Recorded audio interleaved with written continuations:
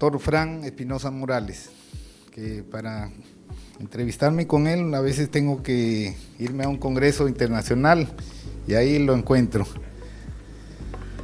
Por de lo contrario es difícil conversar con él por su escaso tiempo. Médico especialista en nutrición con orientación en obesidad, especializado en diabetes, investigador Renacity. Deleítenos usted, doctor, con los highlights de los eventos científicos 2021. Tiene 30 minutos.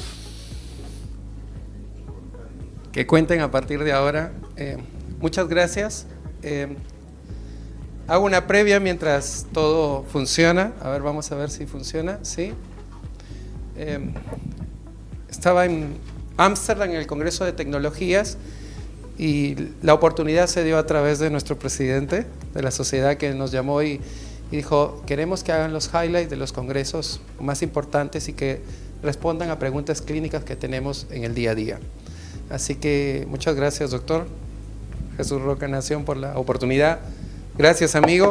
Aunque no lo crean, también trabajo en el Centro Integral de Diabetes del doctor Darío Bardales, pero es verdad que nos encontramos durante poco tiempo y estamos progresando para que juntos creo que hacemos una diferencia, y si todos compartimos el conocimiento, es la idea. Felicito a los ponentes anteriores y a todos ustedes por quedarse hasta hoy. Espero que la última canción sea la que despierte su corazón.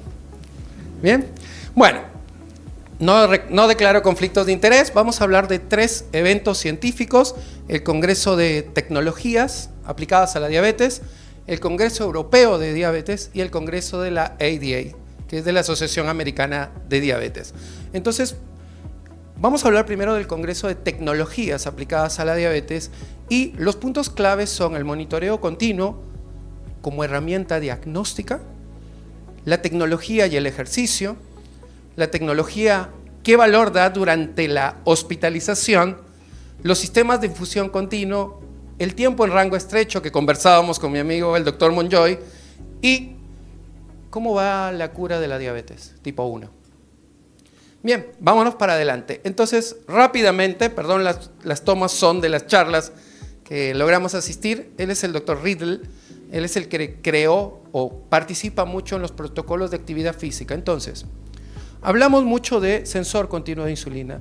¿Y qué sucede si yo le pongo un sensor continuo de insulina? Perdón, sensor continuo de glucosa, y le coloco un Apple Watch o un Smartwatch? O sea, el paciente puede ver su frecuencia cardíaca o alguna otra medición. Lo que quiero que sepan es que la tecnología está para ayudarnos, porque cuando integran a un sensor continuo con un reloj inteligente, al paciente le va mejor. Tenemos que tener en cuenta que el monitoreo continuo cambia las reglas del juego. No hay forma de que no se puedan tomar decisiones correctas. Pero ¿qué tal si el paciente, además de saber de que a algunos les sube el arroz y a otros no, qué tal si el famoso mensaje de camine 30 minutos, él lo ve en reducción de su glucosa y no el agua con canela? ¿Vamos? Bien. Así que sí. Segunda pregunta: ¿qué hacemos con la insulina basal cuando la persona hace ejercicio físico? ¿Qué es lo que dicen las guías? Que debemos, si el paciente hace ejercicio físico, debe reducir la dosis en un 20%. Si está en 20 unidades de basal análoga, lo deberíamos reducir 20%, 4 unidades. Pero también se presentó un estudio clínico que comparó a degludec, que hablábamos muy bien de la parte de impaciente renal, versus glargina U300. Y fueron 4 grupos. Como que yo divido la mesa en 4. A ustedes les doy degludec 100% de la dosis y los pongo a hacer ejercicio. A ustedes les doy 75% de la dosis de degludec, y a los 2 grupos del fondo les doy 100% de la dosis y 75% de la dosis de glargina U300. Y fueron a ver qué sucedía si hacen hipoglucemia durante la noche, que es el peligro que tenemos cuando los pacientes están en insulinoterapia y hacen o empiezan a hacer ejercicio. Y el resultado fue que deberíamos, si utilizan las personas glargina U300, mantener la dosis, pero si la persona utiliza degludec, deberíamos hacer una reducción del 25% de la dosis. Es una excelente insulina. pero recordar que tiene un mecanismo de depósito y que cuando yo modifico la dosis veo el cambio a los 3 días. ¿Y qué sucede con las nuevas insulinas? Con los modelos que se vienen, de las insulinas mensuales o de las insulinas semanales. En este caso, insulina semanal comparada de Gludec versus la insulina semanal icodec, en ejercicio tienen la misma frecuencia o tasa de hipoglucemias. Entonces, si el paciente usa de Gludec, lo puedo pasar a una semanal, bárbaro, una aplicación semanal, mejorando la calidad de vida de las personas. Pero si es tal vez un deportista y tengo que elegir entre Glargina U300 y de Gludec, pues debería usar Glargina U300. Siguiente pregunta. Todos o algunos manejan hospitalización. ¿Qué sucede con la hospitalización? ¿Qué dice la guía de la ADA? Primero dice de que el paciente durante la hospitalización tiene mucho riesgo de hipoglucemias severas, por lo cual es importante que 1 de cada 4 pacientes que está en terapia con insulina se reporte un evento adverso asociado a hipoglucemia o mal manejo de la insulina durante la hospitalización. Por eso, la Asociación Americana de Diabetes les recomienda que no pueden tocar a un paciente si es que no hay un protocolo hospitalario. ¿Lo tenemos en los hospitales? Sin embargo, ellos han puesto un protocolo, es más, que lo usan, él trabaja en el hospital del doctor Umpierras, que se llama Glucomander, toman el valor de la glucosa y de acuerdo a las características clínicas del paciente, le dice cuántas unidades debe colocar. Y es un protocolo, o sea que cualquiera de los médicos hace lo mismo. Por el otro lado, otra pregunta, ¿qué sucede con monitoreo continuo en diabetes tipo 2 y disminución de hospitalizaciones? Les quiero presentar que estando en insulina basal, en basal bolo, en terapia con antidiabéticos orales, no insulina, disminuyes las hospitalizaciones relacionadas a la diabetes y los días de hospitalización. Cambia las reglas del juego, el monitor continuo de la glucosa. Y quiero que vean que hay un cambio sostenido de la hemoglobina glicosilada independientemente del tratamiento que utilices. Estas preguntas clínicas, si nosotros las hacemos hace 2 años, decíamos monitoreo continuo solo para las personas que viven con diabetes tipo 1. Pero las reglas se están cambiando y se están actualizando. Un expositor que me gusta muchísimo es el doctor Irv Hirsch. Y ahora vamos a hospitalización en unidad de cuidados intensivos. ¿Cuál es el rango de glucosa? Él se hacía esa pregunta. ¿Cuál es el rango de glucosa en personas con diabetes y sin diabetes? Muchas preguntas. ¿Es 140, 180? ¿Lo dejo por encima de 180? ¿Qué protocolo debo utilizar? Y presentó el siguiente artículo que básicamente es de acuerdo al control clínico que trae el paciente. Si tiene una hemoglobina glicosilada menor de 6,5 en el momento de hospitalización y el rango de glucosa que utilizan es 80, 140, es menor, ¿sí?, las complicaciones en la hospitalización, la mortalidad. Pero si la persona viene con una glicosilada mayor de 8, es mayor las complicaciones o mortalidad. Entonces es muy importante cómo viene el paciente. ¿Y qué sucede con las personas cuando tienen o no tienen diabetes? En este caso les quiero mostrar, estas personas viven sin diabetes. Si las personas viven sin diabetes y tienen valores por encima de 180, su porcentaje de mortalidad es mayor. Colegas, si la persona vive sin diabetes y va a unidad de cuidados intensivos con hiperglucemia mayor de 180, debemos controlarla, porque tiene una mayor posibilidad de mortalidad. Pero ¿y qué sucede si utiliza insulina o no utiliza? Dividir por el porcentaje de hemoglobina glicosilada. Y tal vez el que tenga más de 8 no se beneficie con un rango entre 80 y 140, o hasta hoy, no se beneficie con un rango entre 140 y 180. Y eso nos deja muchas dudas. Irv Hirsch dice, Tal vez al paciente hay que educarlo, pero no llevarlo tan bajo. Y esa es responsabilidad de todos. Y no lo podemos hacer si es que en nuestros hospitales no tenemos protocolo. Hoy esto es la evidencia. Otra pregunta clínica. Va a lanzarse 2 medicamentos en nuestro país. Tenemos un GLP-1 de acción que se aplica a diario, liraglutide. Viene semaglutide y tirzepatide. Les quiero preguntar, y todos sabemos que el efecto es a nivel gástrico, el primero, ¿sí? Enlentece el vaciado gástrico. ¿Qué sucede si la persona entra a cirugía? ¿Qué deben hacer? Si tiene una cirugía gástrica, ¿cómo responde el médico endocrinólogo? Si lo llaman por teléfono, la recomendación clínica es el paciente, si usa un GLP-1 diario, se debería suspender, ¿sí?, 3 días antes. Pero si el paciente usa un GLP-1 semanal, como los que ya se van a lanzar, deberían suspenderlo 1 semana antes. ¿Y qué sucede si tiene una cirugía de urgencia? El paciente tiene que explicársele al equipo que el paciente tiene o utiliza este medicamento para que inclusive se tenga que hacer un procedimiento de sonda, para que no se aspire el paciente. Así que es el dilema hoy. Yo les pongo en la mesa que en Estados Unidos solamente del 100% de las personas que debería recibir un GLP-1, ¿saben cuánto lo recibe? El 3%, porque depende del acceso. En nuestro país, tal vez, lamentablemente, no lo va a comprar el que debe utilizarlo, lo va a comprar el que puede. Y vamos a vivir como expertos más eventos adversos que victorias clínicas.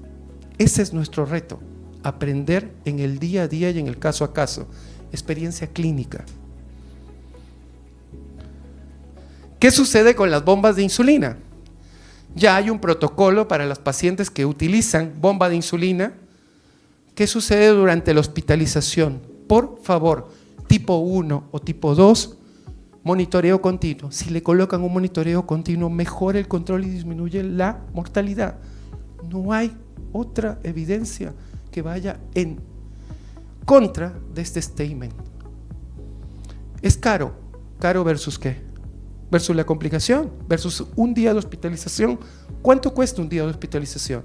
¿Y cuánto cuesta un monitor continuo? ¿Qué sucede si el paciente utiliza una bomba de insulina? Se presentaron 2 estudios. Este es de la doctora Ana María Gómez, que utiliza Medtronic 780. Nosotros en Cavimedic tenemos pacientes con Medtronic 780 y con Omnipod 5, y cuando les ha tocado hospitalizarse, en base a este protocolo, dejamos el mismo seteado, la misma programación, sin complicaciones, sin mayor cantidad de hipoglucemias. Confiamos en la bomba de insulina. Y este cuadro responde, presentado también Darío en el Congreso del EASD, responde a cómo va avanzando el monitoreo continuo de la glucosa, por lo cual es muy poco probable, y les pregunto, ¿en qué persona no le pondrían un monitoreo continuo de la glucosa? ¿En qué perfil de diabetes tipo 2 no lo utilizarían?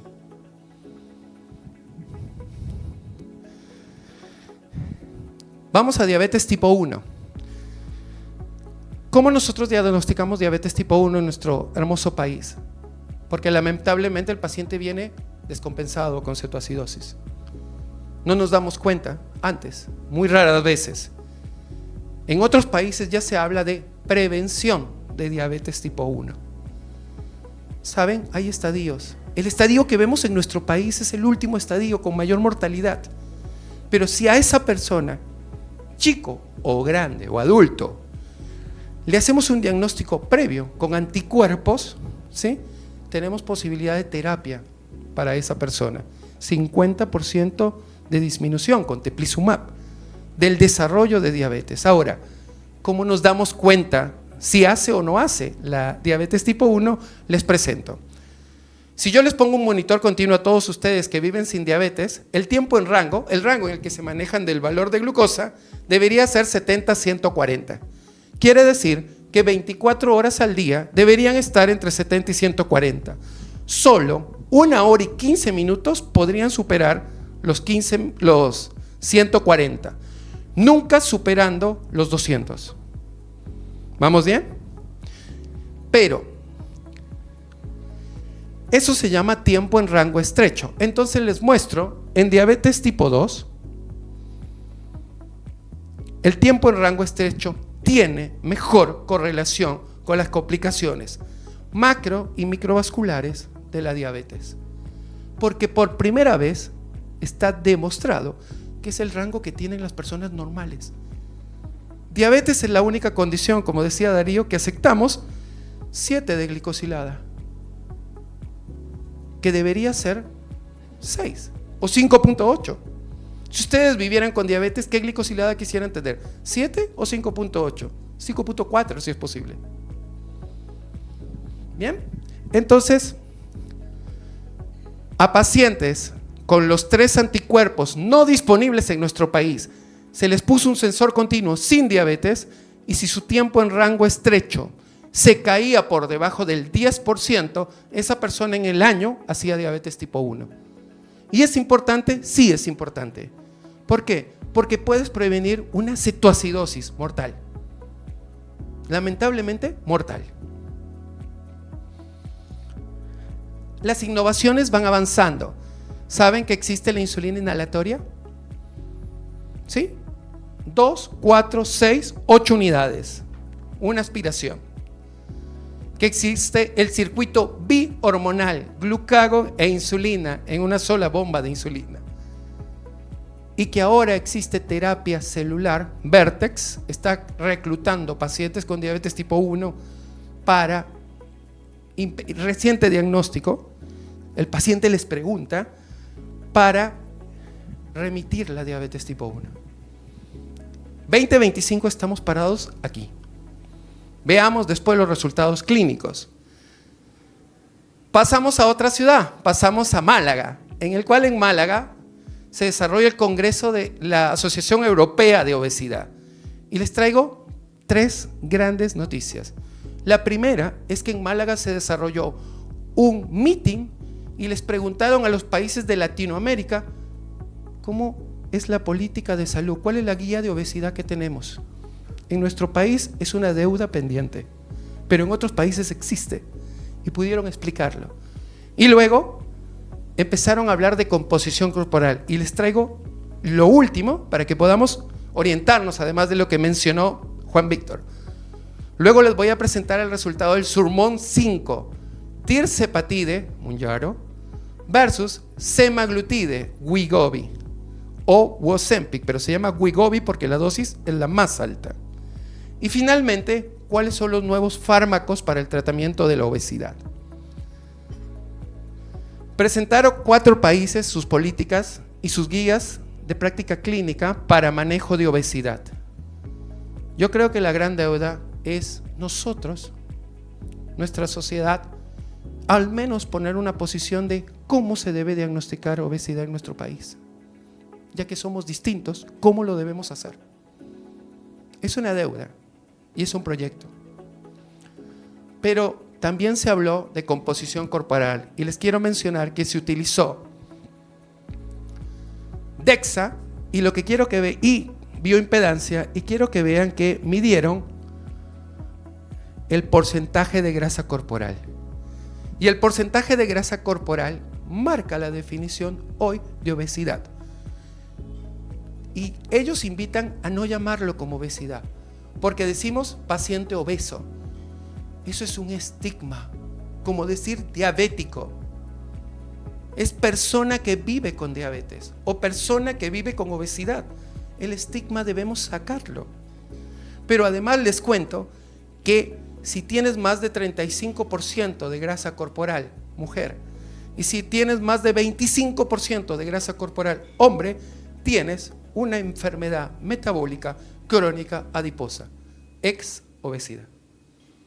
En nuestro centro llamamos a las personas con ese diagnóstico EMCA o ABCD, que es la terminología de los americanos.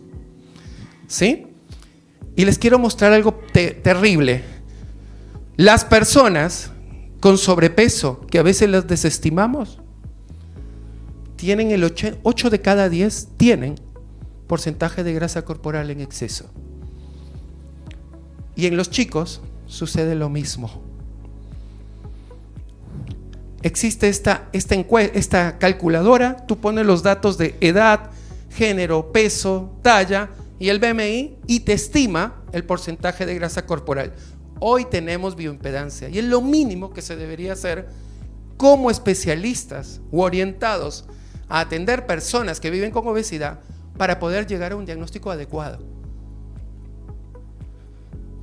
Pero este es el gran reto que tenemos.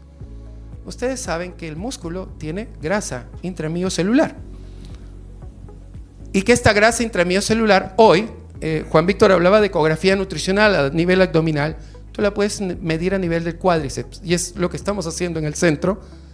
Y lo que vemos es que los pacientes que viven con obesidad o con EMCA lamentablemente tienen mayor grasa dentro de su músculo. Uno de los retos cuando utilicen un GLP-1 es que dicen pierde masa muscular.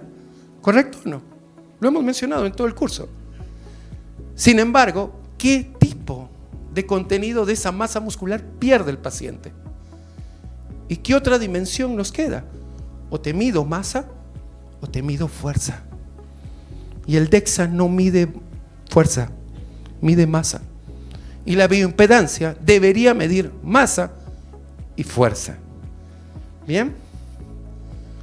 Tenemos muchas técnicas para determinar composición corporal, pero como especialistas debemos tratar de ser lo más afinados posibles para tratar correctamente al paciente. Partes clínicas que les quiero alcanzar de este punto. Hay pacientes que no responden a los GLP-1. Mírenlos, inclusive ganan peso. Reto. Alimentos que fomenten la actividad de los GLP-1 o NUSH, nutrientes estimulantes de hormonas. Les quiero decir que hablar de personas que viven con obesidad no es hablar de diabetes y enfermedad cardiorrenometabólica, es hablar de más de 230 complicaciones. Y finalmente, por favor, saquémonos el estigma del peso. No es rellenito, ni gordito, ni nada. Es una persona que vive con ABCD o ENCA y que la tengo que tratar, o que vive con obesidad. Finalmente, la cereza de este congreso fue este evento que fue comparar semaglutide versus tirzepatide en la dosis máxima tolerable, 10 o 15 miligramos de tirzepatide o semaglutide, que hemos hablado todo el congreso, creo, semaglutide, pero en dosis no de 1 miligramo, en dosis de 2.4. Esos fueron los participantes y vamos a los resultados clínicos. Con semaglutide versus con tirzepatide o con tirzepatide versus semaglutide, con tirzepatide puedes lograr en promedio 20% de deceso o de cambio corporal de peso. Con semaglutide puedo lograr 16% en promedio. Pero pongamos los datos en números. Cuando el paciente les pregunta, quiero descender de peso, ¿qué aprendizajes tenemos? Semaglutide de este lado y tirzepatide del otro lado. ¿Cuántas personas que le pueden poner en esa dosis van a lograr el descenso del 10% de peso? Uno versus otro. ¿Cuántas logran el 15% de descenso de peso? ¿Cuántas logran el 20%? Y voy pasando, ¿cuántas logran el 25%?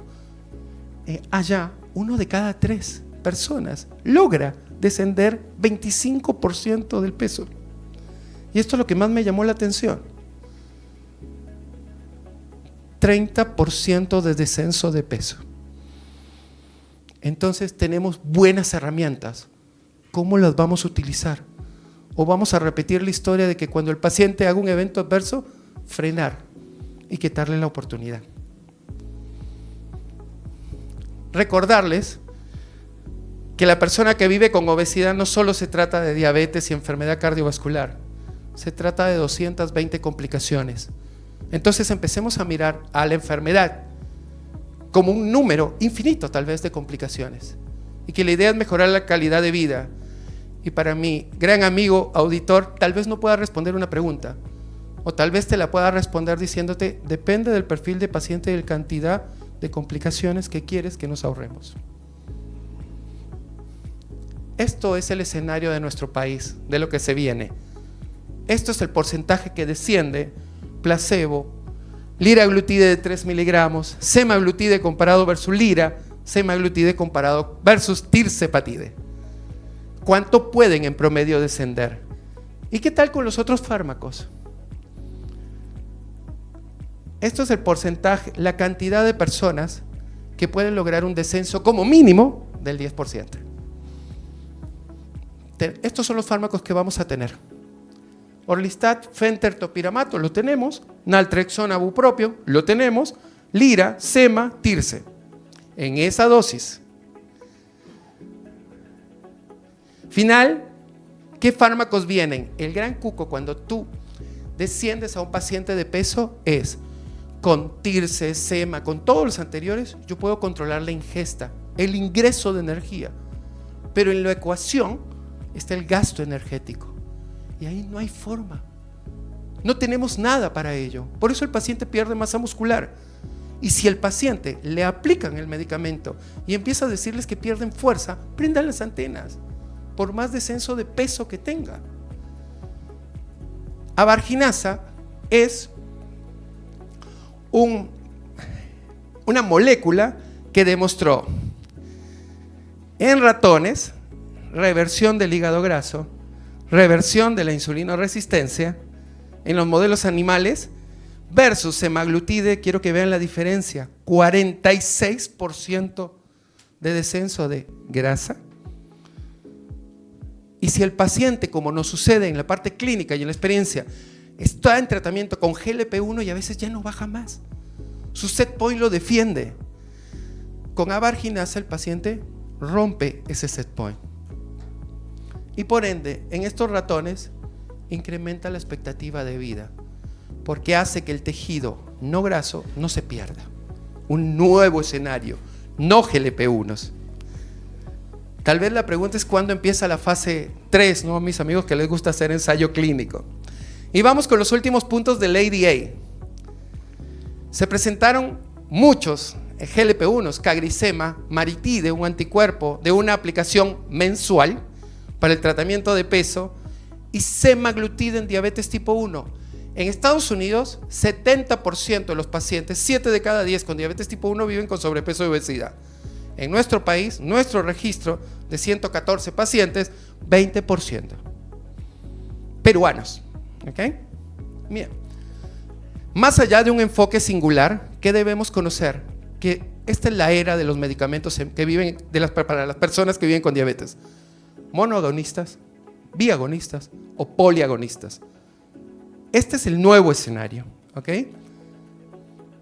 Pero sin embargo, en este gráfico les quiero mostrar, tal vez para ustedes es conocido,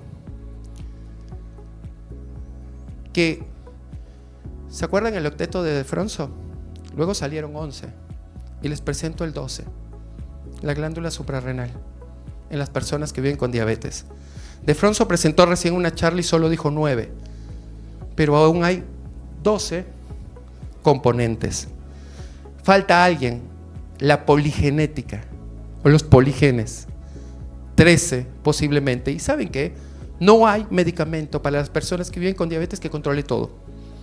No existe. Podemos intentarlo, pero es un reto que aún tenemos. ¿Qué sucede con estos? Vamos a compartir semaglutide en personas que viven con diabetes tipo 1. ¿Tenemos miedo? Deberíamos tenerlo, porque el antecedente es que con liraglutide presentaban hiperglucemia y cetoacidosis. ¿Ok? Pero se hizo un trial en personas con bomba de insulina, sistema de circuito cerrado, y les dieron hasta 1 miligramo de semaglutide, el que vamos a tener. ¿Vamos bien? Con bomba de insulina, monitor continuo y bomba de insulina, en circuito cerrado. Y el outcome fue, ese es el, dice 33 versus 34 pacientes, por tema del tiempo voy a pasar. El outcome fue lograr tiempo en rango mayor a 70 sin hipoglucemias y sin cetoacidosis. Y en las personas que se les dio semaglutide, el 36% logró ese outcome. Esto es que en los próximos 3 años se van a venir las bombas con glucagon y con GLP-1. Todo en un mismo circuito. Mientras se trabaja la cura de las personas. Lo que les intentamos acercar son respuestas a las personas que ustedes ven que viven con diabetes tipo 1.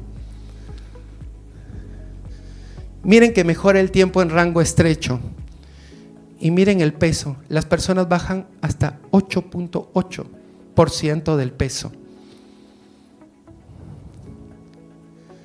Para terminar, ¿estoy bien en el tiempo, amigo?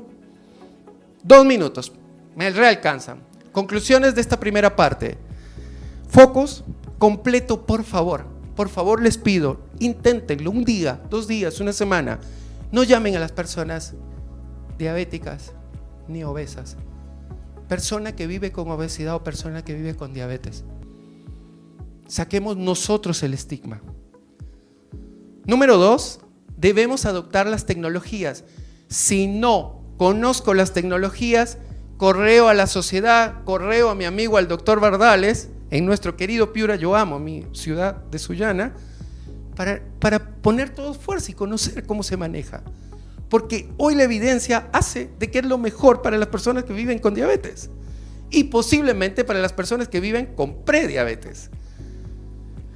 Conocer las tecnologías disponibles en el país. Hay una guía de diabetes tipo 1, acá hay algunos autores, amigos, y que las personas que viven con diabetes tipo 1 deben tener el acceso por guía del MINSA al monitor continuo y a la bomba de insulina y a los análogos de insulina.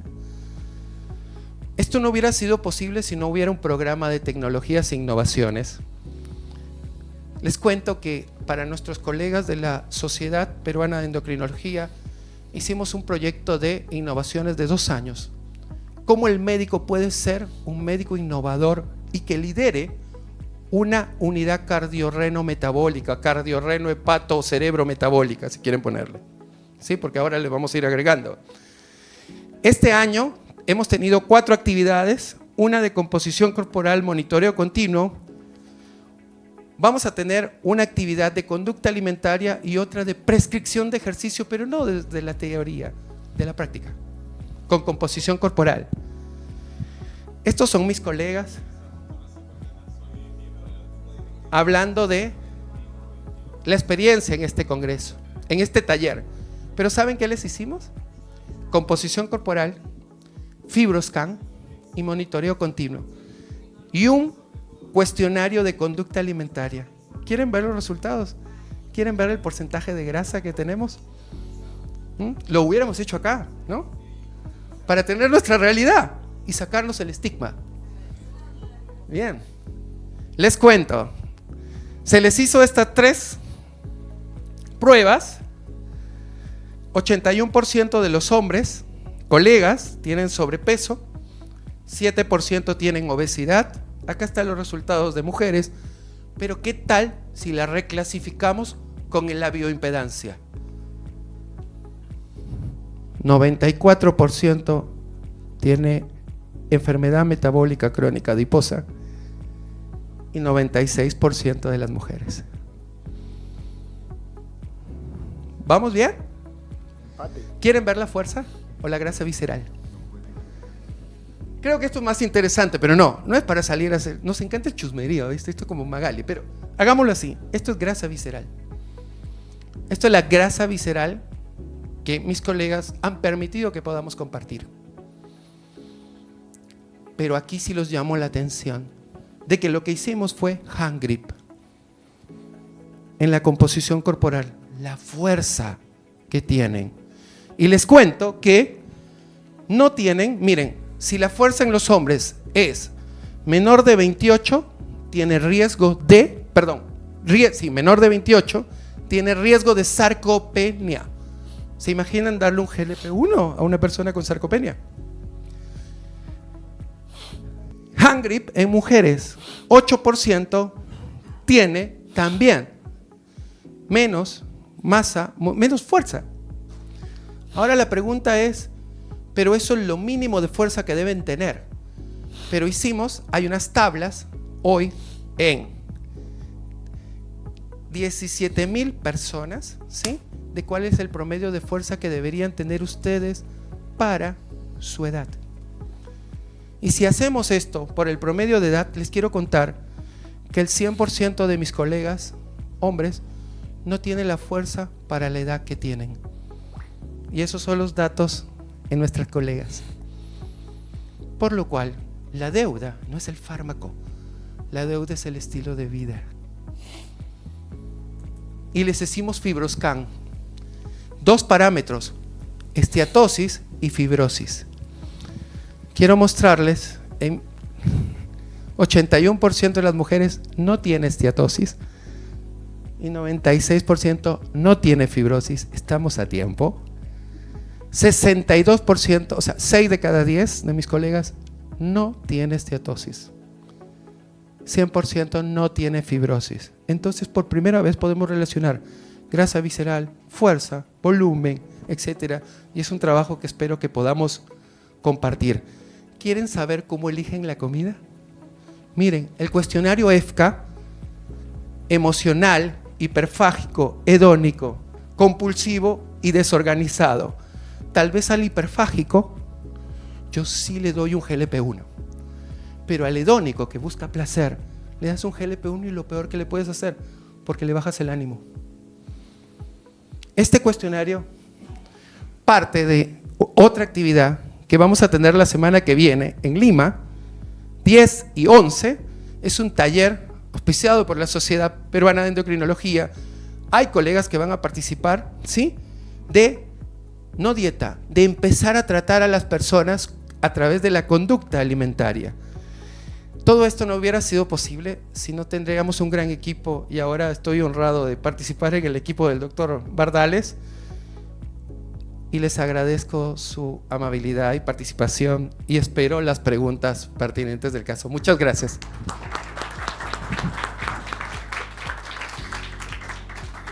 Gracias, Fran, por tu espectacular presentación como siempre. Por eso lo dejamos al final, no fue castigo. ¿Alguna pregunta o duda? Hola, Fran, ¿qué tal? Te felicito. Amigo, gracias. Fran, mira, yo sé que es un problema lo que tú comentas en relación a que los seguros cubran el tratamiento para obesidad, ¿no? Tanto es así que en enero en Lancet se publica una iniciativa, ¿no? Para hablar sobre obesidad clínica, obesidad preclínica, ¿no? Y que la obesidad clínica se tiene que tratar sí o sí, y eso es lo que se está moviendo para que se pueda tratar la obesidad. En base a todo lo que has visto, ¿tú cómo promoverías eso? Muchísimas gracias. Nosotros ahora les puedo compartir esa información. Estamos en un gran educativo de investigación con una prueba de PCR, porque hay muchas pruebas o tú tienes que diagnosticar o hacer un screening de 18 comorbilidades, y si tiene una de ellas, decir el porcentaje de grasa corporal mayor al 35 o el 25, o el método que utilices, si es talla, cintura y no el BMI, ¿sí? Y tiene una de esas patologías, dices, este paciente vive con EMCA o ABCD, metabólicamente enfermo, ¿no? ¿O no? Para este punto lo que estamos haciendo es PCR con las características que debe tomar el paciente. Entonces tal vez yo como mínimo, si no tienen una bioimpedancia, en Piura hay una bioimpedancia, lo que les recomiendo es que empiecen a medir talla, pero no, ¿cuánto mide? Porque todos decimos que medimos más de lo que medimos y pesamos menos de lo que pesamos. ¿Y cuánto es su perímetro de cintura? Si es mayor a 0.5, como mínimo yo pediría colesterol, glucosa, como mínimo, ¿sí? Tomaría la presión, y si tengo otro acceso bárbaro dentro de ellos, nosotros hoy tomamos una PCR. Nuestro país acaba de hacer un análisis de la ENDES, ¿sí? Un grupo de la UPC, de la Científica del Sur, de la ENDES, y 6 de cada 10 peruanos ya tiene una clasificación de obesidad metabólicamente enfermo, ¿sí? Y eso es un llamado a la acción, pero eso es lo que propondría. En los especialistas tal vez propondría de que sigamos haciendo los talleres de composición corporal y ser una red para diagnosticar, porque es un método accesible al paciente, como mínimo, y después una prueba. Así que esa es mi recomendación y es lo que estamos haciendo. Fran, una primicia, por favor, danos, además de todas las que nos has dado. Ahí en Viena, donde nos juntamos con Carlitos Sea a comer comida saludable, Sí. Publicaron sobre los resultados cardiovasculares y renales de tanto de semaglutide como de tirzepatide. Un breve comentario, porque hasta el ADA, que es lo que tú has dicho, Tirce le daba duro en peso, pero siempre se comentaba, bueno, pero semaglutide tiene todos los resultados dedicados de renal y cardiovascular. Le falta esos a tirzepatide. Un comentario, por favor. Primero aclaro que las dos moléculas me gustan, tenemos experiencia con ambas moléculas, ¿sí? Pero podríamos spoilear un poquito, doctor, con su permiso. El 15 de octubre a las 8, con mis colegas vamos a hacer los highlights, es vía Zoom, a través de la sociedad de la EASD. Así que van a tener el congreso de hace una semana y respondo a tu pregunta, que es el diseño del estudio SURPASS-CVO. La mayoría de los estudios se comparan con placebo, pero en este momento, con la evidencia, si tuvieras que hacer un estudio en enfermedad renal en paciente que vive con diabetes, no puedes comparar con placebo, deberías comparar con la persona que ya toma EMPA o DAPA, porque sabemos de que no podemos dejar de darle. ¿Vamos claros? ¿Sí? En este momento se comparó a tirzepatide versus dulaglutide en la dosis para el tema, ¿sí? Dosis de 15 versus dosis de 1.5, que es la dosis que se recomienda, y lo que demostró fue que de que tiene seguridad cardiovascular. O sea, ya dulaglutide tiene alrededor de 20%, entre 15 y 20%, y tirzepatide no tiene menor reducción, pero tampoco genera mayor evento cardiovascular. O sea, tiene seguridad cardiovascular. Y aquí sí les pido un análisis crítico, y vamos a hacerlo en este evento, el análisis crítico de cuáles son los 3 puntos que como médico debo saber interpretar cuando yo comparo a un fármaco con otro y no lo comparo contra placebo. Mi conclusión, tirzepatide es un fármaco seguro a nivel cardiovascular y al punto de que tiene la misma seguridad cardiovascular que todo el resto de los GLP-1. Gracias. ¿Alguna pregunta del público? ¿Por qué crees que a esas personas que las hospitalizan en UCI no hay que bajarles tanto, sobre todo los que están más altos, la glucosa, si son quienes más requieren bajarles con todos los medicamentos que tenemos actualmente? Bien, hay 2 puntos interesantes. El primero es que porque es un patrón no de número, sino de velocidad del descenso. ¿Sí? Totalmente. Nuestro cuerpo no está acostumbrado a descender rápido la glucosa, porque si ustedes vivieran con diabetes más de 200, estarían como muchos nuestros pacientes, y yo lo bajo en 30 minutos a 100, el paciente tiene síntomas de hipoglucemia, o sea, hace descarga de adrenalina. ¿Vamos bien? Eso es lo primero. Lo segundo es que hay un mecanismo cuando hay una hiperglicemia crónica, por ejemplo, hay un mecanismo de adaptación a nivel cerebro medio, ¿sí? Que esos plexos son bastante sensibles a los cambios de glucosa y que esa adaptación está. Y si yo directamente genero este cambio, pues puedo generar una mayor respuesta adrenérgica, lo mismo, y esa es una teoría. Pero como dice Hertz, no la puedo probar. O sea, no puedo someter a esos pacientes. Lo que ahora sabemos es que todos tenemos que tener un protocolo. Y como mínimo, si vamos a descender la glucosa, que sea 30 miligramos por día, pero que sea continuo. Lo peor en los hospitales es que viene un médico y da una indicación, y el otro día viene otro y da otra indicación, u otro lo ve en 200 y se lo quiere llevar a 100, y otro lo ve en 200 y se lo quiere llevar a 180. Pongámonos de acuerdo. ¿Sí? Bueno, ya estamos contra el tiempo, la verdad esto es fabulosa. La última, bueno, ya, 2 últimas, ya están los cantantes afuera esperando. Falta los mariachis, en serio. También falta el homenaje al doctor Carlos Monjoy.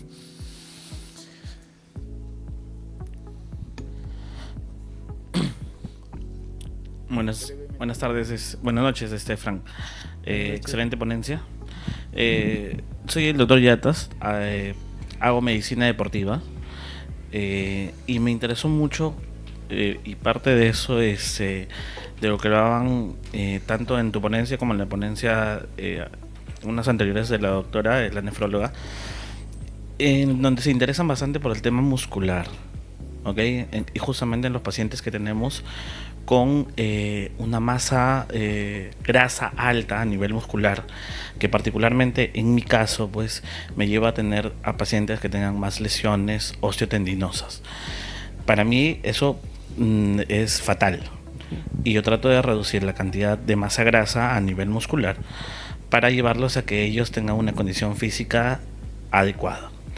Entonces mi pregunta también, bueno, en la mañana se le hice personal a la nefróloga, si es que ustedes en la experiencia tienen algún medicamento que me podría ayudar, generalmente el GLP-2 o de repente algún otro que me ayude a reducir y qué, digamos, precauciones tengo que tener para poder utilizarlo. Muchísimas gracias por la pregunta, doctor, y te felicito por estar en un evento endocrinólogo siendo experto en deporte. Repita. Puntos importantes. Cuando nos aventuramos a descender o a tratar a una persona de su peso, con dieta, con Fentertopi. Fentertopiramato es un medicamento que maneja a nivel central, ¿no? Istaril. Con naltrexona bupropion o con los GLP-1, yo puedo o genero una disminución de la ingesta calórica y con eso la persona desciende de peso y está demostrado que sale la grasa de la masa muscular. Ahora, el siguiente paso es cuánto tiene de masa y cuánto tiene de fuerza. Y ahí, ¿sabes? Necesito como mínimo de un fisioterapeuta que lo tenemos en el centro o de un médico deportólogo, que en este caso el cardiólogo hace de ambas situaciones. Pero te puedo decir que cuando a una de las personas que viven con obesidad y que quieres descender de peso y que nunca han hecho deporte, por favor, no lo hagan pagar el gimnasio, ¿sí?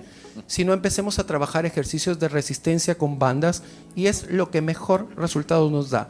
No por hora, sino se llaman snacks de actividad física y son actividades, son 5 minutos por hora. Son personas que trabajan como nosotros cuando atendemos y hacen ejercicios con bandas. Eso es lo mínimo.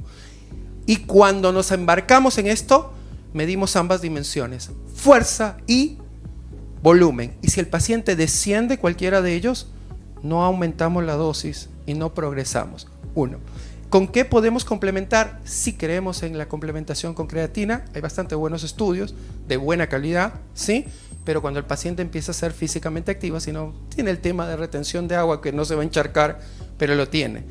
Y previamente sí lo hablamos, su función renal y además ahora vamos a embarcarnos en hacerle NT-proBNP para saber el tema cardiovascular, ¿sí? Hoy el escenario es ese. Así que mi recomendación es medir ambas dimensiones independientemente de la terapéutica o de la estrategia que te embarques con el paciente, ¿sí? No satanicemos a los GLP-1. Cualquier cosa que te quiera descender de peso va a bajar el volumen de tu masa muscular y la fuerza, por ende, ¿sí? Doctor Frank, felicitarlo por su ponencia, ya muy conocido por acá por Piura. Muchas gracias por acompañarnos siempre. Doctor, una pregunta muy simple, pero un poco de repente con complejidad en sí. Yo soy médico, quien le habla, soy médico internista. Tenemos pacientes muchas veces que vienen o que están en UCI y que por la misma condición de la sepsis, generalmente con sepsis, puede ser diabético o no diabético, muchas veces estos pacientes utilizan corticoides. Por lo tanto, los pacientes ya vienen con un estado inflamatorio. La pregunta está, en este tipo de paciente, que puede ser diabético, ¿no? ¿Cuánto deberíamos de tener la glucosa? ¿Ya? ¿Y con qué idealmente deberíamos de manejar? Porque muchas veces, normalmente damos insulina, pero con lo que usted está diciendo, tendríamos que tratar de evitar esa baja continua. Y también el mismo tipo de paciente, pero muchas veces tenemos pacientes diabéticos, ya como diabéticos, que vienen por otras descompensaciones. En este paciente que ya es diabético, igual, ¿cuánto deberíamos de mantener el dosaje de glucosa? Gracias. Muchísimas gracias por la pregunta de objetivos, doctor, y de terapéutica. En relación a objetivos, si la persona, hay que discriminar muy bien, vive sin diabetes, ¿sí? Se recomienda el target de 140-180, ¿sí? O si tienes dudas, ¿sí? Viste que 1 de cada 2 en nuestro país no tiene diagnóstico, tiene la enfermedad pero no tiene el diagnóstico, entonces se recomienda hacer la A1C, ¿ok? Si vives sin diabetes es 140-180, pero recordando siempre que si nos vamos a embarcar a regular el valor de la glucosa tiene que ser lento, progresivo y controlado. En el caso de diabetes, persona que vive con diabetes, el punto de corte de A1C te va a marcar tal vez de que seas menos agresivo a la hora de descender. Con esto yo no fomento la inercia, ¿sí? Sino que tal vez pongas en el protocolo de decir, vamos a manejarlo con fármaco, tal A o B o C, y vamos a tratar de tener un objetivo de rangos. Si está en 300, tal vez lo voy a bajar a 280, 310, vamos a ponerlo. El siguiente día, si el paciente está bien, vamos a bajarlo 30, pero no te lo lleves a 140, 180. ¿Vamos bien? Entonces, depende de cómo está controlado en la casa para que no tengamos hoy que meterlo en hipoglucemias. 1. Fármacos. Con respecto a fármacos, 3 puntos importantes. Hay resultados, bueno, con insulinas definitivamente, y si el paciente recibe corticoterapia, recuerda que programa de basal sí o sí insulina. Hay resultados con GLP-1 y hay resultados con DPP-4, algunos trabajos del doctor Umpierres. Pero yo creo que la clave es el protocolo. Los resultados son muy buenos, pero la clave es el protocolo. Tal vez en estos pacientes te recomiende utilizar monitoreo continuo si es que el paciente no está edematizado. Pero si es una hospitalización no UCI y el paciente viene con los DPP-4 son bastante buenos. En especial los que no tengan afectación de la función renal, ¿no? Como Lina y Evo. Y con eso tienes seguridad. Pero si no, el protocolo y lo que yo tengo es insulinoterapia, ¿sí? Hay un trabajo que hicimos en el hospital Loaiza, ¿sí? Durante la época del COVID, que era cuánto duplica el valor de la glucosa, ¿sí? Lo lleva el doble, el valor de la glucosa en las personas con COVID, ¿sí? Y la recomendación era incrementar 30% el valor de la insulina basal del paciente y porque si no sí tenían mayor mortalidad. Inclusive los que llegaban a cetoacidosis en otro trabajo en el Sabogal, ¿sí? Publicado con el equipo del doctor Umpierres, 70% mortalidad. La inercia no es tolerable, tal vez. Así que te agradezco esa pregunta, es buenísima. Gracias. Muchas gracias, Fran, por mi amigo Pedro aceptar Castillo. Venir a Piura y darnos todo lo que nos das, tu experiencia. Un regalo de la Sociedad Peruana de Endocrinología. Una bomba de insulina. No es el de Pedro Castillo. Para No nada. tengo lapicita. No, lapicita.